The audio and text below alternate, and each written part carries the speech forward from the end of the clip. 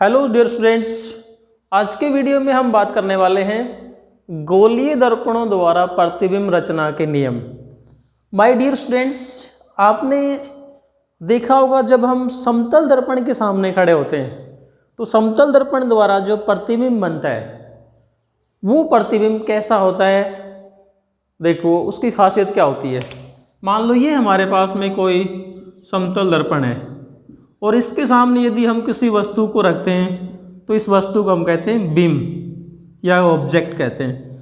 अब दर्पण के पीछे क्या बनता है, इस वस्तु का प्रतिबिंब। यदि ये दर्पण समतल है तो जितना बिंब की ऊंचाई होती है प्रतिबिंब की ऊंचाई भी उतनी ही होती है। जितना बिंब दर्पण के इधर होता है प्रतिबिंब भी दर्पण के पीछे उतना ही उधर होता है और सीधा होता है।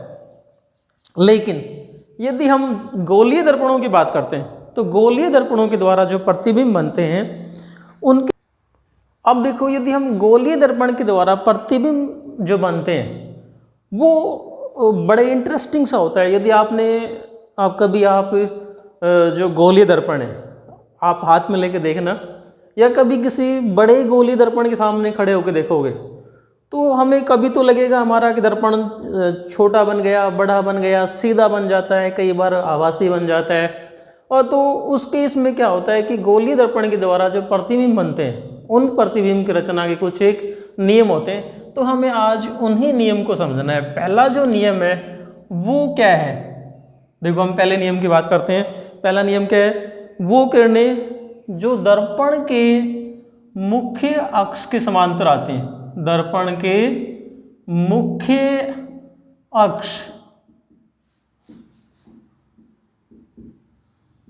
के समांतर प्रकाश किरण, दर्पण के मुख्य अक्ष के समांतर प्रकाश किरण। यहां हम कौन सी किरणों की बात कर रहे हैं, आपतित किरणों की बात कर रहा हूं कि वो किरणें जो दर्पण के मुख्य अक्ष के समांतर आती हैं ये किरणें दर्पण से परावर्तित होकर किस प्रकार से जाएंगी। तो डियर स्टूडेंट्स, हम जानते हैं कि गोलीय दर्पण दो प्रकार के होते हैं। एक तो कौन सा होता है, अवतल दर्पण। हम दोनों के साथ साथ बात करेंगे यहाँ पर। ये कौन सा हो गया, अवतल दर्पण। और उत्तल दर्पण कौन सा होता है, जिसका बाहर वाला पृष्ठ परावर्तक होता है, अंदर वाला पृष्ठ कैसा होता है, पॉलिश किया होता है। ये मैंने आपको काफ़ी डिटेल में पिछले वीडियो में समझाया था, इसलिए हम ज़्यादा डिटेल में नहीं जाएंगे उन पर। यहाँ हम केवल उन समांतर प्रकाश किरण की बात करेंगे जो दर्पण के मुख्य अक्ष के समांतर आते हैं। तो एक बार आप मुख्य अक्ष भी याद कर लो। मुख्य अक्ष क्या होता है, वो रेखा जो दर्पण के ध्रुव और दर्पण के वक्रता केंद्र को मिलाती है। यदि इस रेखा को हम दोनों तरफ बढ़ा देते हैं तो इसको हम क्या कहते हैं, मुख्य अक्ष। तो ये हमारा जो दर्पण है ये कौन सा होता है, अवतल दर्पण। ये तो कौन सा हो गया, अवतल दर्पण। इधर बात करते हैं, ये मान लेते हैं दर्पण का ध्रुव है और ये क्या होगा, इसका वक्रता केंद्र। तो ये लाइन क्या कहलाएगी इस केस में, मुख्य अक्ष। ये कहलाएगी इस दर्पण का मुख्य अक्ष। अब हमारा पहला नियम क्या है, वो प्रकाश किरण जो मुख्य अक्ष के समांतर आती हैं।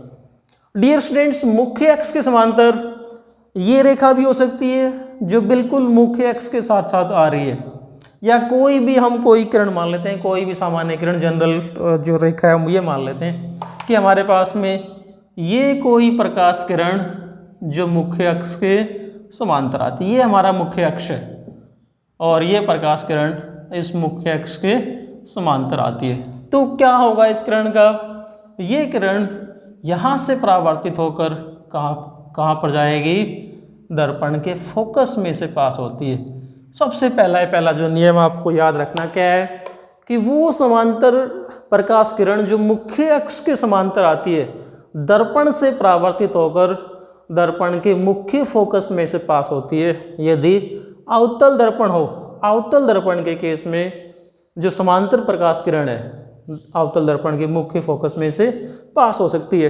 देखो इसको यदि मैं समझाने के लिए मैं आपको यूं बता दूं कि ये हमारे पास में कौन सा हो गया, अवतल दर्पण। ये मैंने एक किरण के द्वारा बताया आपको, बहुत सारी किरण हम खींचते हैं जैसे एक किरण मुख्य अक्ष के साथ साथ आती है तो क्या होगा, यहाँ से परावर्तित होकर वापस आ जाएगी। एक कोई किरण ये ले लेता हूँ जो मुख्य अक्ष के समांतर है, दर्पण से परावर्तित होगी, इस बिंदु से पास होगी। दूसरी किरण जो नीचे से आ रही है यहाँ से परावर्तित होगी, वापस यहाँ आके मिलेगी। तो ये सारी किरणें जो दर्पण के मुख्य अक्ष के समांतर आती हैं, दर्पण से परावर्तित होकर एक बिंदु पे मिल जाती हैं और इस बिंदु को हम क्या कहते हैं, मुख्य फोकस। ये परिभाषा मैं आपको बता भी चुका हूँ।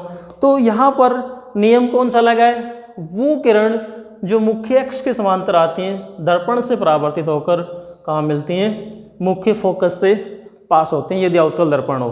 अब देखो यदि हम यहाँ बात करते हैं उत्तल दर्पण के लिए, ये हमारा क्या हो गया, मुख्य फोकस। ये वो किरण है जो मुख्य फोकस के समांतर आती है। तो वो किरणें जो मुख्य फोकस के समांतर आती हैं, उत्तल दर्पण के केस में अब आपको क्या समझना है, उत्तल दर्पण के लिए, उत्तल दर्पण के केस में क्या होगा, ये किरण देखो यहाँ से दर्पण से परावर्तित होकर ऊपर की तरफ चली जाएगी। अगर हम इसको बढ़ा के पीछे लेके आएंगे तो ये हमें मुख्य फोकस से अब आती हुई, इसको मैं जो सी यहाँ कर देता हूँ, तो ये जो किरण है ये हमें मुख्य फोकस से, देखो ये जो हमारी कौन सी होगी, परावर्तित किरण। ये परावर्तित किरण हमें मुख्य फोकस से आती हुई दिखाई दे रही है, या यूँ कहते हैं कि मुख्य फोकस से अपसरित होती हुई दिखाई दे रही है। देखो अब यहाँ पर ये समांतर किरण थी, दर्पण से परावर्तित होकर यहीं से वापस आ गई। इसको हमने जब आगे बढ़ाया तो ये हमें सीधी मुख्य फोकस से आती हुई दिखाई दे रही है। तो डियर स्टूडेंट्स, यहाँ से आप एक नियम याद कर लें कि ये जो हमने डॉटेड लाइन जो दिखा रखी है, जो डॉटेड रेखा दिखा रखी है, इसका मतलब होता है इसको हमने आगे बढ़ाया हुआ है। इस पूरे चैप्टर में जहाँ कहीं भी आपको इस प्रकार की जो डॉटेड लाइन मिल जाती है, उसका मतलब उस रेखा को आगे बढ़ाया हुआ, वो रेखा वास्तव में नहीं है। तो मुख्य अक्ष के समांतर आने वाली किरणें दर्पण से परावर्तित होकर वापस चलेगी, आगे बढ़ाया तो कहाँ से आती हुई दिखाई देगी, हमें फोकस से, उत्तल दर्पण के केस में। अवतल दर्पण के केस में क्या होगा, मुख्य फोकस में से पास, मुख्य फोकस में से होकर गुजरेंगी और यहाँ पर मुख्य फोकस से आती हुई दिखाई देंगी।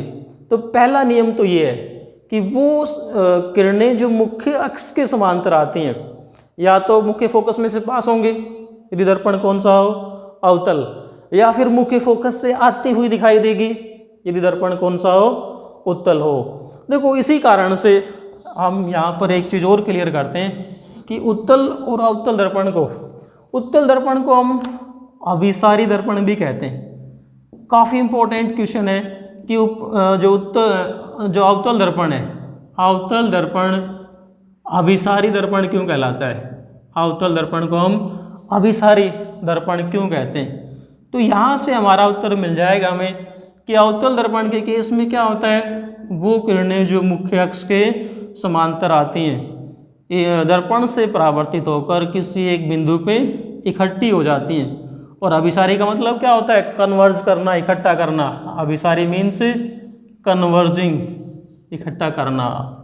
तो ये अवतल दर्पण क्या करता है, समांतर प्रकाश किरणों को इकट्ठा कर देता है। डियर स्टूडेंट्स, आपने कभी मैंने पिछले वीडियो में बताया था कि अवतल दर्पण का प्रयोग करके हम कागज़ वगैरह को जला सकते हैं। देखो ये मेरे हाथ में एक अवतल दर्पण है, इसके ऊपर जो सामने से सूर्य का प्रकाश आ रहा है, तो क्या होगा, किसी एक दूरी के ऊपर काफ़ी हमें चमकदार बिंदु दिखाई देता है। तो ये बिंदु क्या है, सूर्य का प्रतिबिंब बनता है। यहाँ पर जो सूर्य से आने वाले समांतर प्रकाश किरणें इकट्ठी हो जाती हैं, इसलिए इसको क्या कहते हैं, हम अभिसारी दर्पण कहते हैं।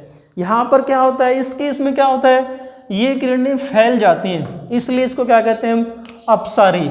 ये कहलाता है अपसारी दर्पण, क्योंकि ये क्या करता है, प्रकाश किरणों को फैला देता है, डाइवर्ज कर देता है, इसलिए इसको हम अपसारी दर्पण कहते हैं। और इसको क्या कहते हैं, अभिसारी दर्पण। हाँ, तो डियर स्टूडेंट्स, अब हम बात करते हैं दूसरे नियम की। दूसरा नियम क्या है, देखो, मुख्य फोकस से गुजरने वाली किरणें बिल्कुल पहले वाले का उल्टा है।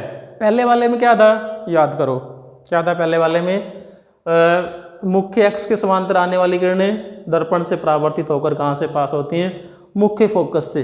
अब उल्टा कर दिया, यदि किरणें मुख्य फोकस से होकर दर्पण से परावर्तित हों। जैसे हम बात करते हैं दोनों प्रकार के दर्पण के लिए साथ साथ बात करेंगे।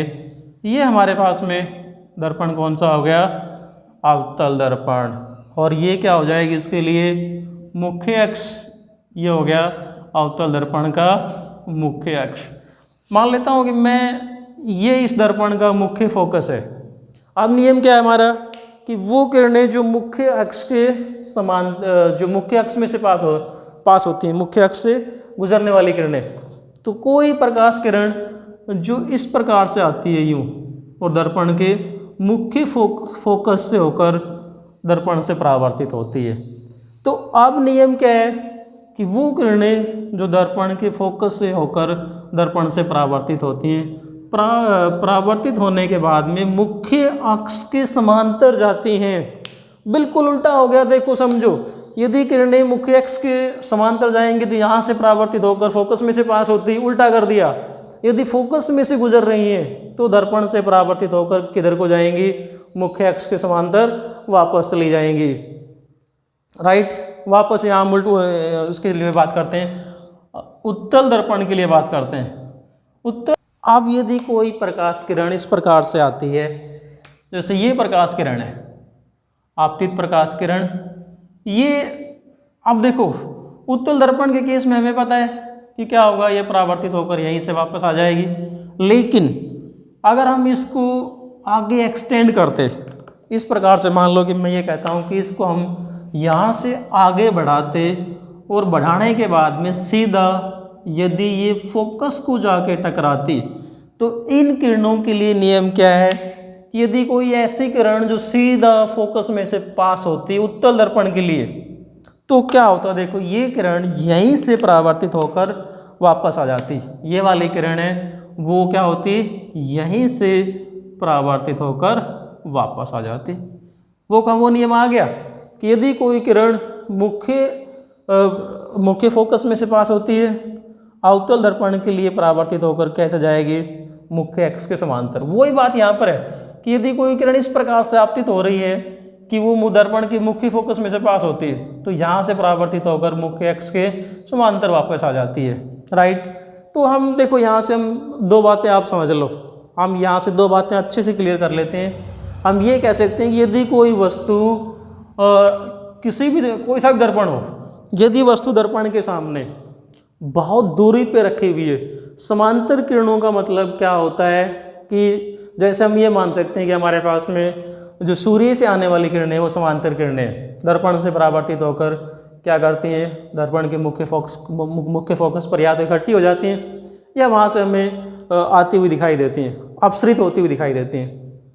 तो हम ये कह सकते हैं कि यदि हमारा बिंब वस्तु बहुत दूरी पर है, बहुत दूरी का मतलब हम ये कह सकते हैं यदि वस्तु अनंत पर है, इन्फिनिटी पर है, तो उस वस्तु का जो प्रतिबिंब बनेगा वो फोकस पे बनेगा। एक बार देखो मैं क्या कह रहा हूँ कि यदि वस्तु अनंत पे है तो दर्पण के द्वारा वस्तु का जो प्रतिबिंब बनेगा वो उस दर्पण के फोकस पे बनेगा। उल्टा कर दिया, यदि वस्तु को हम फोकस पे रख देते हैं, यहाँ रख देते हैं, तो यहाँ से किरणें यूँ आएंगे। देखो यहाँ पर कि यहाँ से मैं आपको ये बता देता हूँ, यदि किरण यहाँ यदि वस्तु फोकस पे रखी हुई है तो यहाँ से प्रकाश किरण यूँ आएगी, दर्पण से टकरा कर समांतर चलेगी, तो प्रतिबिंब कहाँ बनेगा, अनंत पे। दो बातें होगी, यदि वस्तु अनंत पे है प्रतिबिंब फोकस पे, यदि वस्तु फोकस पे है तो प्रतिबिंब अनंत पे बनेगा। अब बात करते हैं तीसरे नियम की। अगला नियम क्या है, दर्पण के वक्रता केंद्र से गुजरने वाली किरणें। अब इनका क्या होगा, हम इसके बारे में सोचते हैं। दर्पण के वक्रता केंद्र से गुजरने वाली किरणें, यदि किरणें दर्पण के वक्रता केंद्र से गुजरेंगी तो उनका क्या होगा, फेमस डायलॉग आपको याद आया होगा, तेरा क्या होगा कालिया। तो इन किरणों का क्या होगा, हम इन किरणों के बारे में समझते हैं। जैसे मान लो हमारे पास में ये दर्पण है, कौन सा दर्पण हो गया, देखो अंदर की तरफ, तो इसका परावर्तक पृष्ठ अंदर की तरफ वक्रित है, किसको हम कौन सा बोलते हैं, अवतल दर्पण। अवतल दर्पण के लिए ये लाइन क्या बन जाएगी, इसका मुख्य अक्ष। ये मान लेते हैं हम इसका वक्रता केंद्र यहाँ पर है। अब हमारा नियम क्या है कि वो किरणें जो इसके वक्रता केंद्र में से पास होती हैं। तो मान लो भाई ये वाली किरण है जो इस दर्पण के हम मान लेते हैं ये किरण है, ये आपतित किरण है जो दर्पण के वक्रता केंद्र में से पास होती है यहाँ से।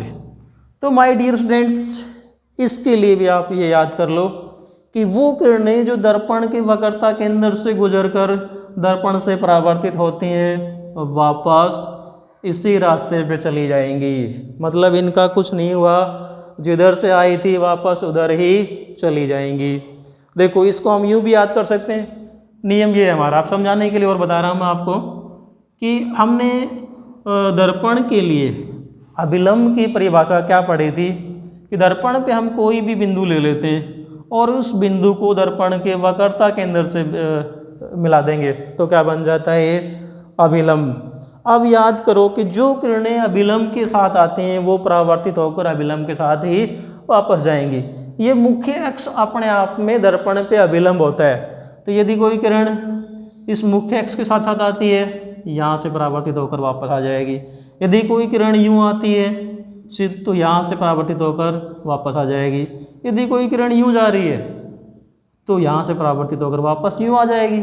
इसका मतलब क्या है, यही नियम आ गया हमारे पास में कि यदि किरण दर्पण के वक्रता केंद्र से जाकर दर्पण से परावर्तित होती है तो उसी पाथ पे, उसी रास्ते पे वापस जाएगी। किसके लिए हो गया, अवतल दर्पण के लिए। अब इसी नियम को हम उत्तल दर्पण के लिए समझते हैं। देखो उत्तल दर्पण के केस में क्या होगा, ये हमारा दर्पण कौन सा हो गया, उत्तल दर्पण। इसको क्या बोलेंगे, मुख्य अक्ष, राइट। अब कोई किरण यूँ आती है, इस प्रकार से आती है कि इसको यदि हम आगे लेके जाते, यदि इसको हम आगे बढ़ाते और ये इस प्रकार से होती कि आगे बढ़ाने पे यदि ये इस दर्पण के वक्रता केंद्र को मिलती तो ये यहीं से परावर्तित होकर वापस आ जाती।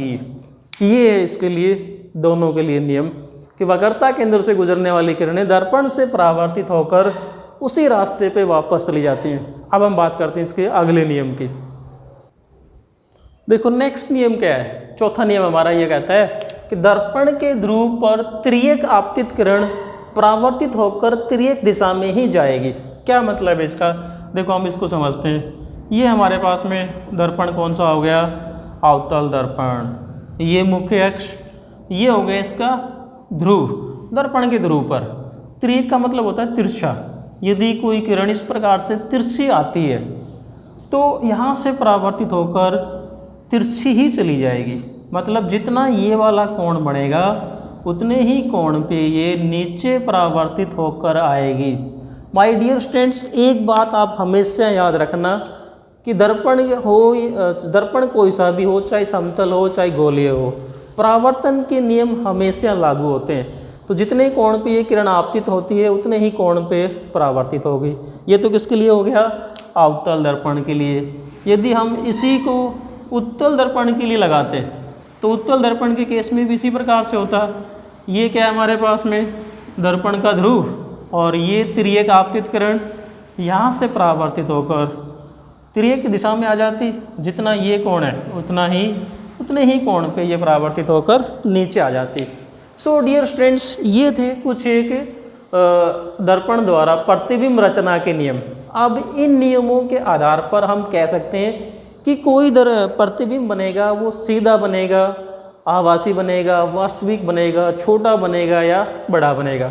सो अगले वीडियो में हम बात करेंगे दर्पण द्वारा जो प्रतिबिंब बनते हैं वो किस प्रकार से बनेंगे। Thanks and keep on watching.